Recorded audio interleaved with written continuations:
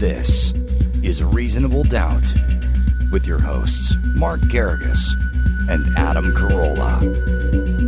Yeah, get it on. Got to get on. A choice we're going to mandate. Get it on. Welcome to the best hour or so in the universe. It's Reasonable Doubt. I'm Adam Carolla. It's Mark Garrigus in Palm Springs.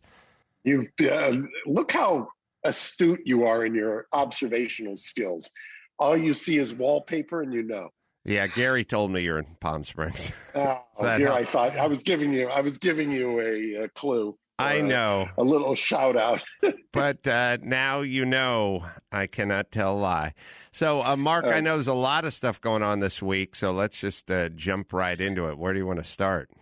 Well, as Gary and I were setting up here, the judge ruled that he's not going to delay George Chauvin's trial. And Derek. The defense, Derek, you're right, Chauvin's trial. And the defense had asked for a delay or a change of venue based on the announcement of the $27 million settlement. Turns out that as they were having the hearing today, the city or some of the city members were doing a press conference as well, which I think annoyed this judge immensely, who keeps saying, I wish they'd just keep their mouths shut. And he admitted that he may have had some judicial bias in that he didn't think the announcement of the settlement would affect jurors.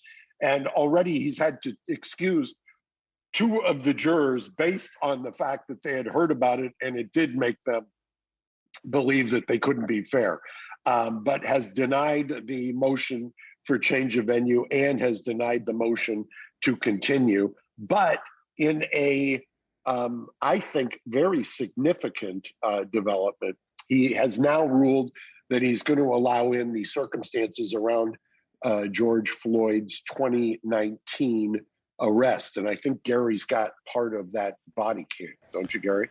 Yeah, let's, we'll look at that when we'll listen to it. What is the giving the settlement, the $27 million bucks? What is the strategy? I know you spoke about it. It's to try to appease the sort of mob, but it does make it more difficult in terms of executing the trial, just weeks later. Is it an intentional strategy? Did they think about how it would affect the trial? They claim, they meaning somebody from the city, that they talked to the chief judge, the state court judge, who gave them the go-ahead. The trial judge has stated on the record that he denies that. Frankly, that would be an ex parte communication anyway, which I think would be somewhat inappropriate. But having said that, it's awfully reminiscent of what then DA Jackie Lacey did on the first day of Harvey Weinstein's trial, where she announced the charges in California. I always say, if you've got 365 days and you pick a certain day and it happens to be right in the middle of jury selection, that does not seem to me to be coincidental. And by the way, I think the judge also mentioned today, it's his understanding that the settlement isn't even finalized yet, that it's still subject to the federal court's approval, which makes a whole lot of sense. And if that's the case, then it's inexplicable as to why they decided right now in the middle of jury selection to make that announcement. It could cut either way. I could make an argument that it doesn't help the prosecution. You could make an argument that, somebody, if they're on the fence, would say to themselves, well, the family's got 27 million reasons why they should be happy, and I may vote not guilty. As the defense lawyer, it would drive me crazy because I would say $27 million, the largest pre-litigation settlement of a civil rights case, can't have anything but a deleterious effect, and that's what the judges found in practice.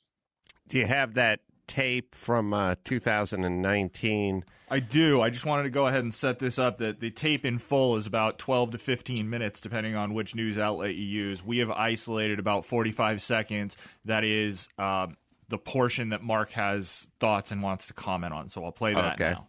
And this is admissible now. Correct. Yeah, he's ruled that he's going to admit this. Why? Why did he rule that?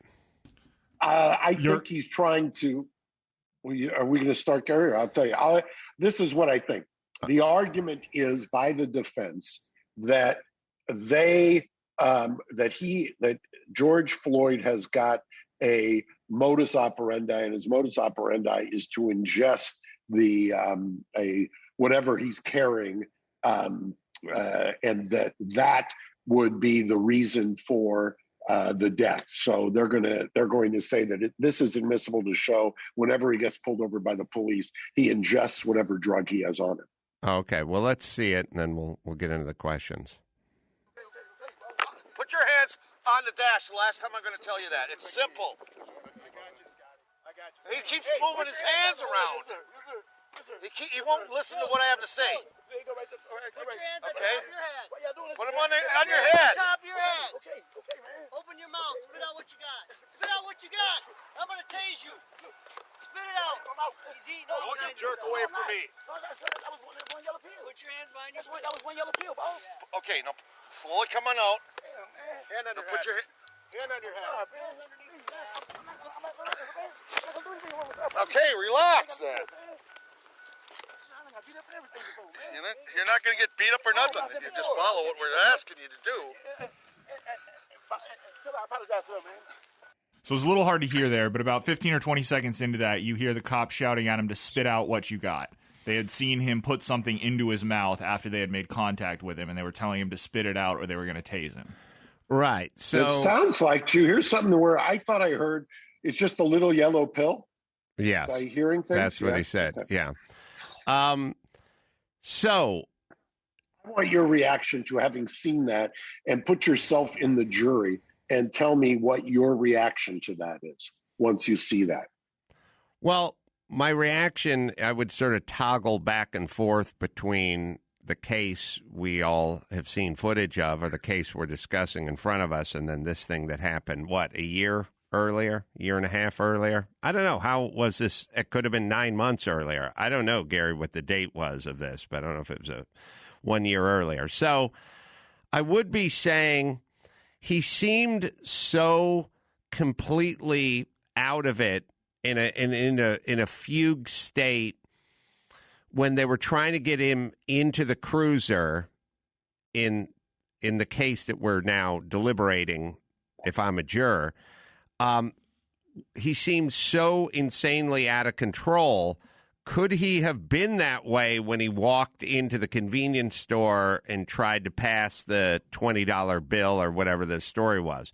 So I don't know. So it's been 14 months, or I don't know what the date. I don't know what the. It'd be about 22 months since the video. 22 months? Well, May 2021 is 2 months from now, right? Well, this happened in 2020. 2020. I'm sorry. I thought you were asking about the date of the video we just watched, which was in Yeah, May no, I 6th. want to know how far the two things sorry. were apart. They're about 12 months. I a year misunderstood. apart. Okay. So a year earlier, he did this, and then I would speculate that if he was in good enough condition to kind of walk into the convenience store and try to do whatever, and he was a condition, that when the cops rolled up on him, maybe he did this thing again. Maybe he ingested these drugs that were on him, and thus that's why he sort of went nuts when they were trying to get him into the squad car, because he seemed completely out of his mind at that point. Was he completely out of his mind when he was walking into the convenience store? Now, I don't know if there's video surveillance footage, but if I was the defense, I would say, well, look at him. He walked down the street. He walked into the store. He had a conversation with the guy behind the counter. He got some Mentos. He walked out. Then when he saw the cops, he did what he does. He's always carrying. He took all the drugs and shoved them in his mouth. And then at some point, when they were trying to get him into the car, the drugs kicked in. He went berserk. And now what are we to do? And then you've got the notes from the coroner, which says, if he had been found at home, I would have ruled it as an accidental overdose, which the coroner, I assume, is not going to run away from. And you combine those things, and it becomes a harder decision for the defense as to whether they put Chauvin on the stand. Now you've got a narrative that you can tell that you could raise a reasonable doubt. And so far, given the jurors who have been selected, this thing lines up for a hung jury, I think, as of right now. I still do not understand why the prosecution is fighting against a continuance at this point. If I were them, I would embrace a continuance. If they really want a conviction, I'm perplexed. Why would you embrace a continuance?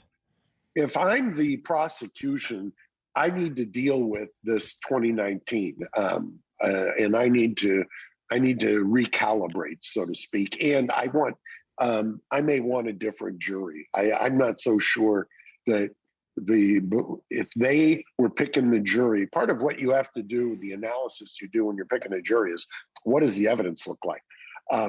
That video, to me, it really depends on the prism that you're looking through. I mean, I can see somebody who would look at that video and say, "Oh, what are these cops doing? Why do they have to threaten tasing somebody sitting in a car who's not doing anything?" I can see another person looking at it and saying quite the opposite. And so I would have wanted to have that piece of information in my brain as I'm questioning people and looking at their questionnaire.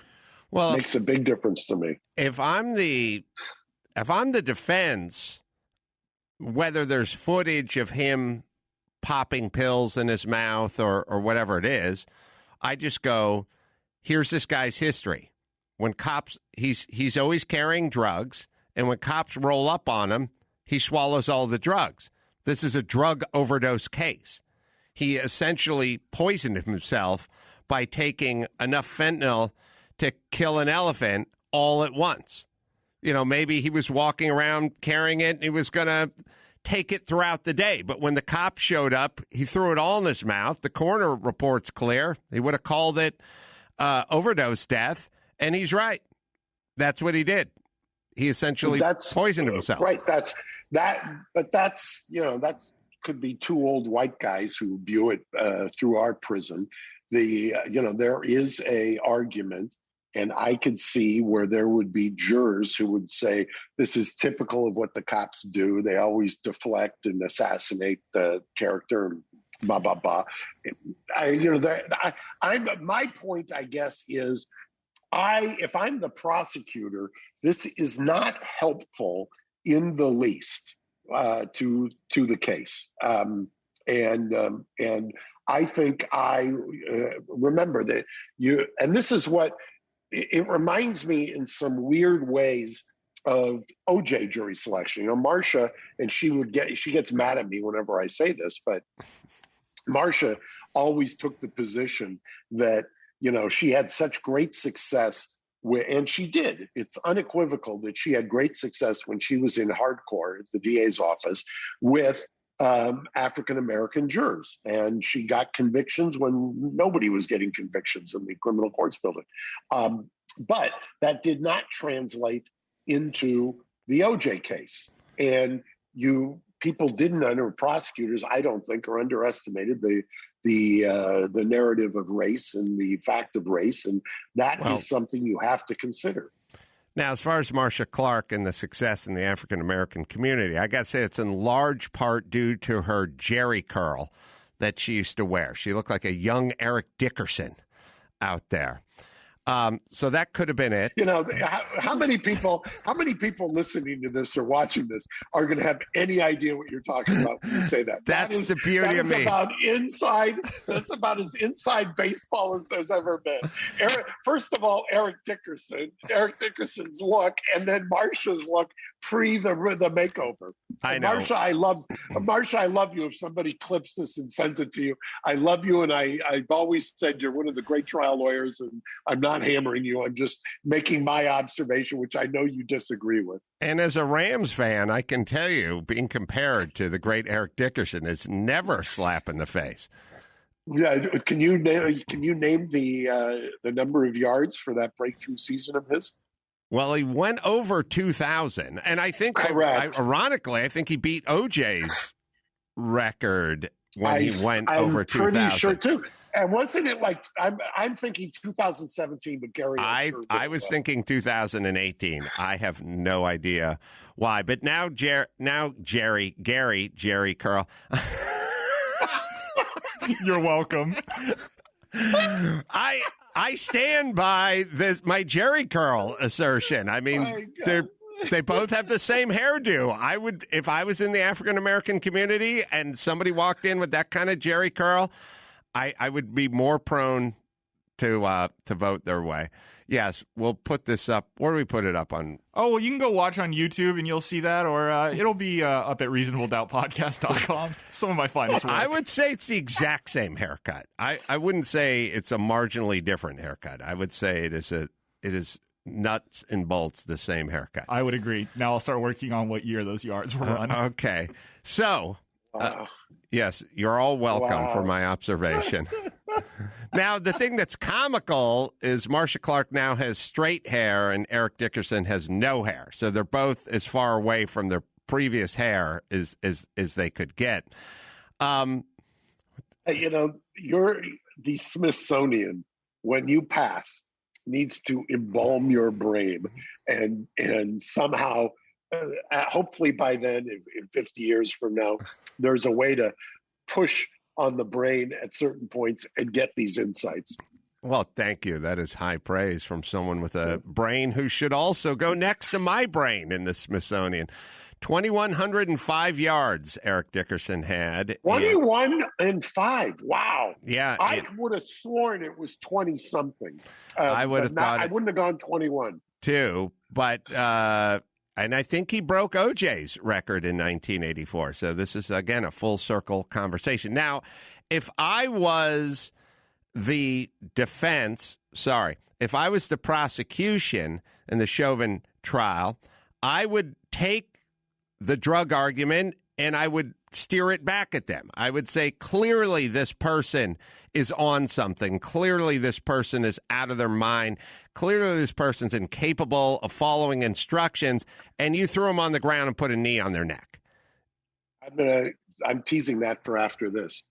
Geico. Yeah. Do you own or rent your home? Sure you do. I bet it can be hard work. You know it is. I mean, I always say owning a home is like being a janitor. You know what's easy? Bundling policies with Geico. Geico makes it easy to bundle your homeowners or renters insurance along with your auto policy.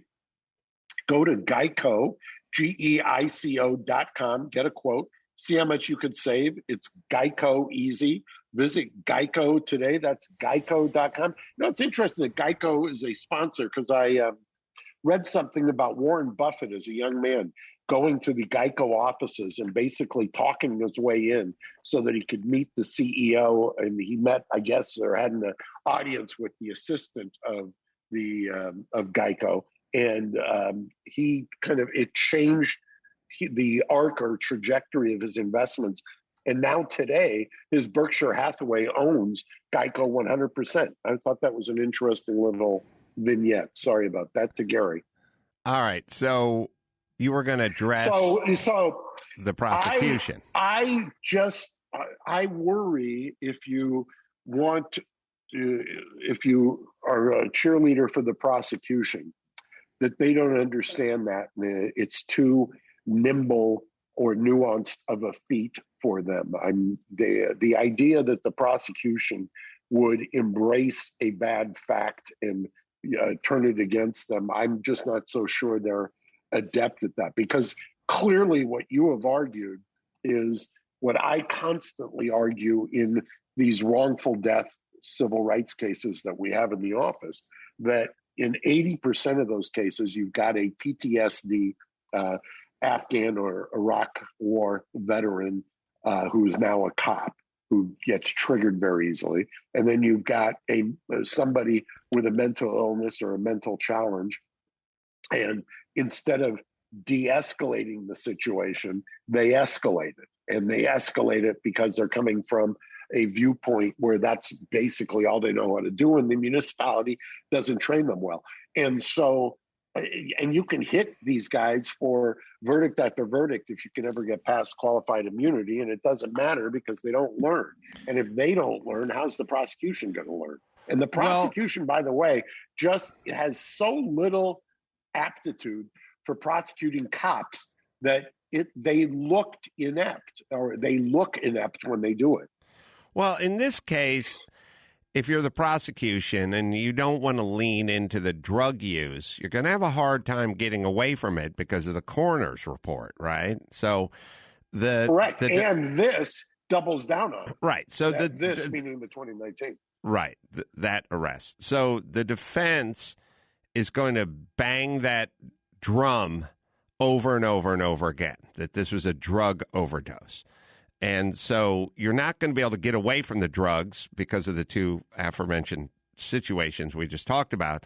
So if you can't get away from them, I would lean into them and go, yeah, he was an addict. He had a problem. He needed help. He didn't need a knee on his neck. He needed help. And you guys did not offer that help. You exacerbated you exacerbated it, and you were the proximate cause of his death by having the knee on there. And by the way, the 2019, if you're a prosecutor, you obviously don't want it in. But now that you know that it's coming in whole or in part, you need to deal with that. And the way to deal with that, as you say, is to lean in, but to lean in a couple of different ways. Number one is, as you said, look, this guy is compliant. He was, here you go. Same thing a year before. What does it show you? It shows you that he's compliant. He wasn't fighting. He put his arm around. Did he do it as quickly as the cops wanted him to? Of course not, because the cops are always in a high state of agitation, and that's how they act. But by the way, he readily admitted, I just took what did he say? A little yellow pill? Yeah. I mean, that's, to me, that's the fact that he so readily admitted that, and the fact that he was fairly compliant, and the fact that there was also the white versus African American on the previous tape. You can't get away from that.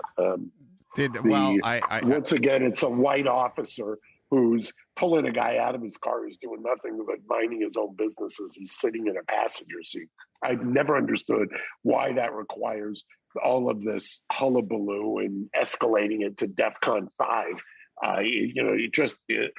That if you live in certain challenged areas and have had the experience, you're going to say to yourself, why are we raising this thing up to a level like this? Why didn't we just tell the guy, step out of the car, put your hands behind your head, and boom? And do we have to scream and yell? And, it reminds me of some of your observation on other tapes we've had where the command officer is going crazy, yelling out commands.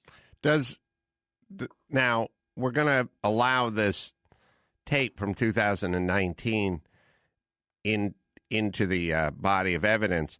Does this mean we've opened the door for other transgressions vis-a-vis the law? And George Floyd? This is where the defense lawyer is going to be doing some calibrations, depending on how that jury looks. And by the way, he's going to be doing some. Eric Nelson, I believe, is his name, and so far, I think he's done a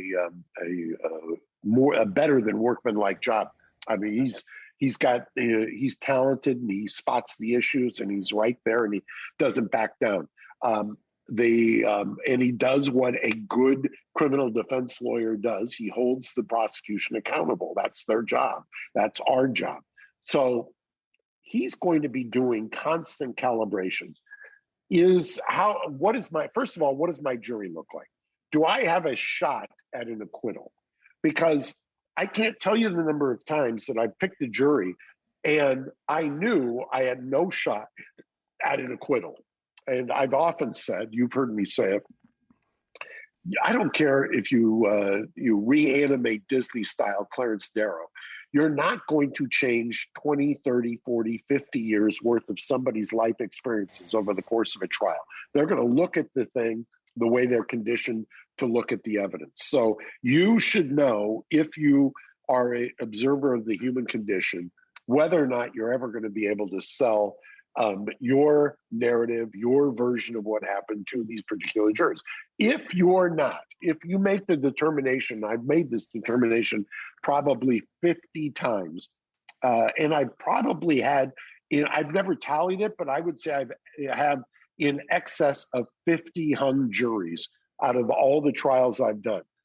And usually I know when I'm aiming for a hung jury, and when I'm aiming for a hung jury, meaning I know I'm not going to get an acquittal, you tailor your arguments to the jurors that are going to hold their ground. One of the questions I often ask in jury selection is, I'll say, look, ladies and gentlemen, if I want you to fast forward 6 weeks from now after you've been sitting in this trial, the judge has told you to go deliberate. It's Friday at 3:00. That's the bewitching hour for jurors. You're the one. It's 11-1 against you. I don't care which way you're voting. Are you going to hold your ground as that one juror? Or are you going to just say, hey, I'm not coming back here on Monday. I'm out of here. I'm just going to change my vote. And that is a very telling question, and more importantly, answer that you want to hear. Because if you get people who say, no, I wouldn't change, I understand what my oath is, what my duty is, and by the way, there are jury instructions that tell them that's what they're supposed to do, and you're aiming for a hung jury, there may be a world in which Chauvin does not take the stand because the defense thinks that they don't need him to. And that's helpful in a lot of ways, because remember, you always have the specter of the federal grand jury in the background here. And that's something you have to consider. Yeah, well, let's talk about the federal grand jury. How does that factor in? Let me tell you exactly how it factors in. Finally, today, somebody just sent me an article from USA Today, I believe. And if I'm wrong, I apologize. But all of a sudden, it's clicked in people's heads that this trial could be reminiscent of the officers in Rodney King's case, right? Well, duh, we've been saying that how long on this show? Of course it's reminiscent. It's you couldn't get any more history repeating itself. In that case, once the officers got the change of venue to Simi Valley, I always say Silmar, but it was Simi Valley, and they were acquitted, then the feds came in and retried, and they got convictions on, I believe, 2 out of the 4. Now, here, the prosecutors know that. They know their history. DOJ has already convened, if you believe published reports, a federal grand jury that has apparently taken evidence. My guess is if there's an acquittal or a hung jury, they're ready to indict him almost immediately. Now, why is that important? That's important because if Chauvin takes the stand, his sworn testimony can be used against him in the federal case. And so you have to make a calculation. And by the way, if you don't think that these lawyers and Eric Nelson is making this calculation, let me give you one fact that will put the lie to that. Apparently, also what's been reported is there was a tentative plea deal for Chauvin where the state was offering 10 years, and he was willing to take that. However, his lawyer, and I'm assuming it's Nelson, I've never met him, I've never talked to him, so this is my opinion, but his lawyer wanted it to be wrapped up with federal coverage. He didn't want to plead in state court and then have his client marched over to federal court and doubly prosecuted. And apparently Bill Barr, as one of his final acts, rejected the idea of giving him coverage federally. That tells you all you need to know. You cannot have your client take the stand in the state case with the federal lurking in the background. Well, I'm going to tease this because I got a spot, but I would imagine the feds would just be watching the trial, and if they get to the end of the trial and Chauvin is not found guilty, would they still make the decision to move ahead if they'd seen enough evidence to convince them that they essentially had the same case, which may not be a good case. I'm curious how that works. First, let me tell you about Audible. Leading provider of spoken word entertainment, largest selection of audiobooks, bestsellers, celebrity memoirs, languages, business, motivation, and more. Listen while you're working from home, cooking, exercising, walking the dog, or just relaxing. As a member, you get 1 credit every month, good for a title, and you can keep them forever in your Audible library. I would recommend Mistrial. Or one of my books. Oh, why the hell? Narrated by Awesome Dawson. Awesome Dawson. And my books, I narrate myself.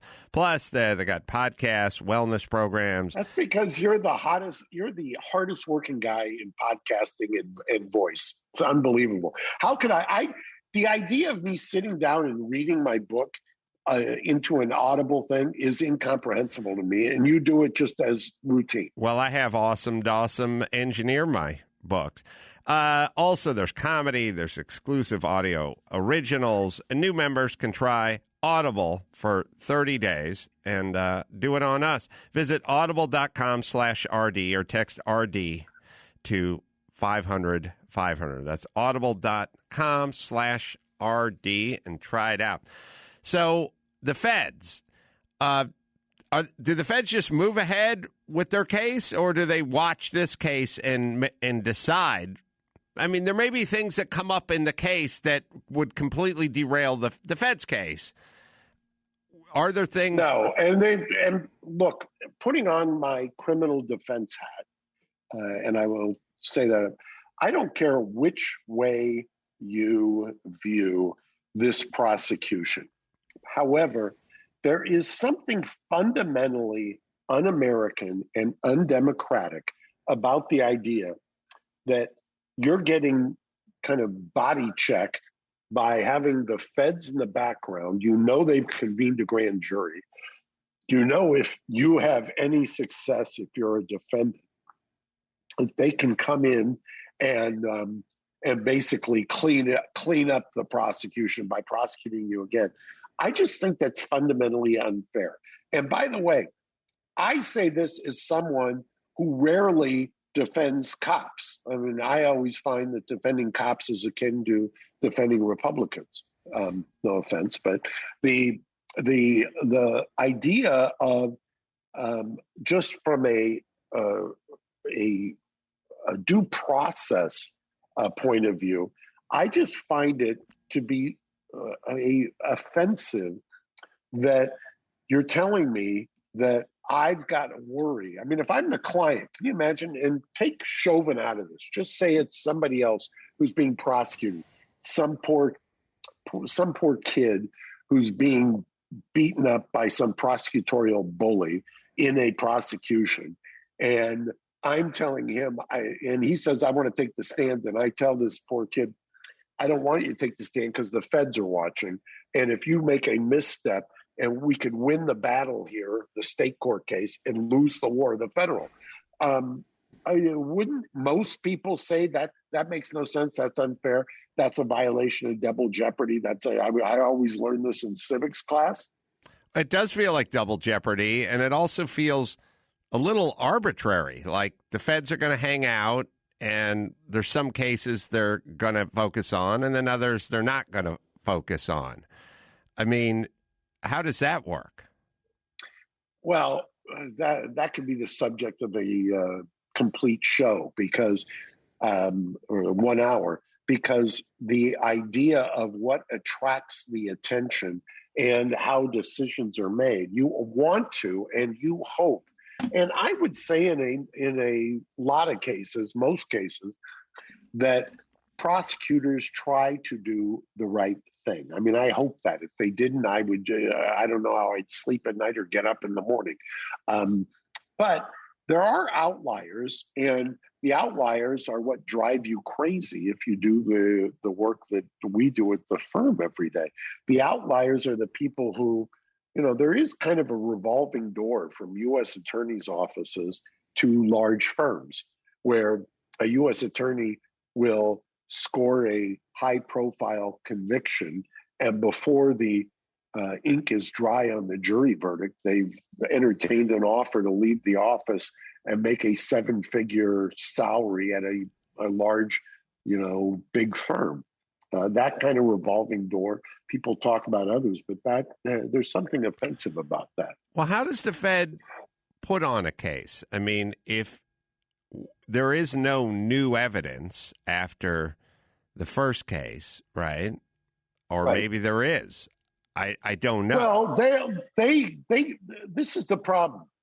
In the federal criminal justice system, and I've talked with many a federal district court judge about this, jury trials are almost extinct. You're more likely to hit the lottery than to get a federal criminal jury trial. And there's a reason for that. Number one, the minute you go to trial, whatever offer that has been made is pulled off the table. And remember, prosecutors especially in the federal system, have complete control over what you're offered. Number two, if in a trial you want to take the stand and testify, well, guess what in federal court?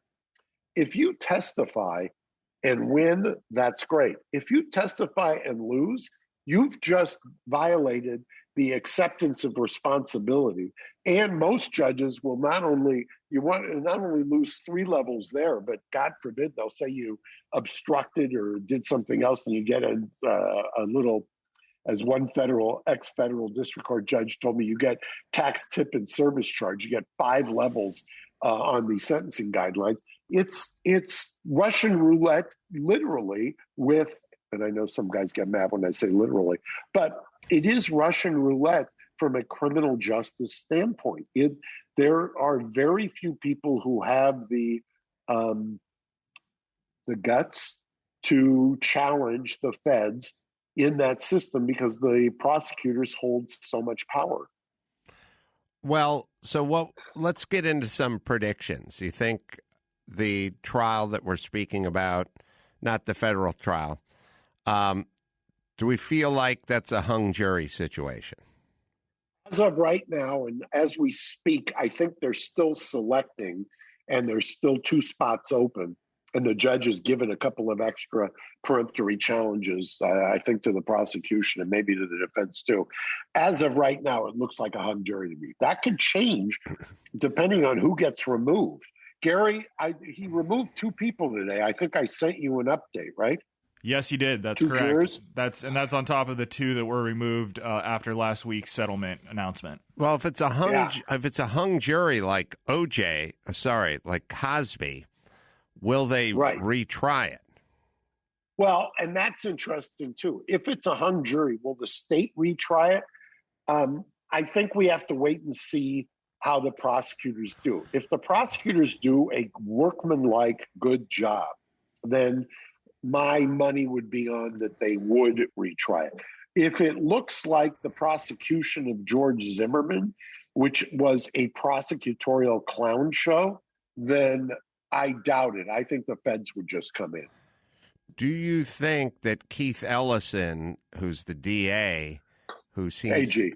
Oh, sorry, Attorney General, who does seems aspirations to move up and move on, do you think he would do it sort of like the AG of Pennsylvania or Philadelphia or whatever, who said, we're going to do a second round with Cosby? It would seem to be more of a political thing than a practical matter.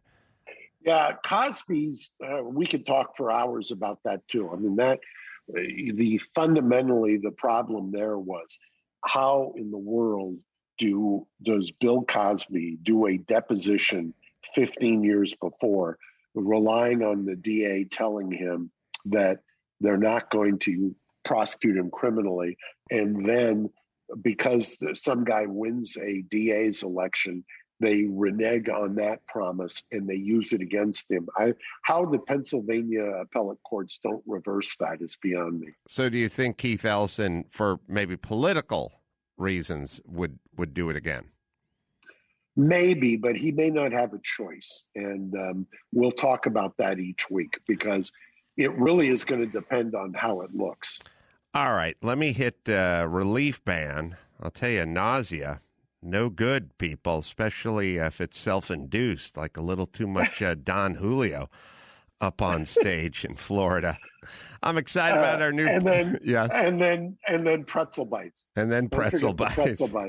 I'm excited about our new partner, Relief Band. Number one, FDA cleared anti-nausea wristband, clinically proven to relieve nausea and vomiting from motion sickness, morning sickness, chemotherapy, anxiety, hangovers, migraines, and more. Everyone, 100% drug-free, non-drowsy, fast-acting, all-natural relief with zero side effects, originally developed 20-plus years ago in hospitals.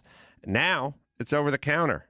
It works, people. It seems like magic, but it works. Right, Dawson? Sorry. Right, Gary? That's right. Awesome, Dawson. As the world's opening back up, don't let the fear of nausea keep you on the sidelines. Right now, Relief Band has an exclusive offer just for Reasonable Doubt listeners. If you go to reliefband.com and use promo code DOUBT, you'll receive 20% off plus free shipping and a no-questions-asked 30-day money-back guarantee. So head to reliefband.com and use our promo code DOUBT for 20% off plus free shipping. All right, well, in defense of Don Julio, let's defend Don. I'm going to start claiming that I was served a Mickey by that cute waitress at the pool bar, because that was not Don Julio. That's right? True. That's true. Yeah. We're on the rooftop bar, and the cute waitress said she had something better than Don Julio. Yeah, right. Now, here's my feeling about that. Yeah. When somebody says, we have Don Julio, but I would like to serve you something better than Don Julio, I believe them. But if they say, we don't have Don Julio, but I have something better than Don Julio, now I don't believe them. See? I'm with you. I've got a heart out. I apologize. Adam, I love you. I love you. I got to catch a flight to Reno. So until next time, this is Adam Carolla for Mark Garrigus saying mahalo. Thanks for listening to Reasonable Doubt. Tune in next Saturday for an all-new episode.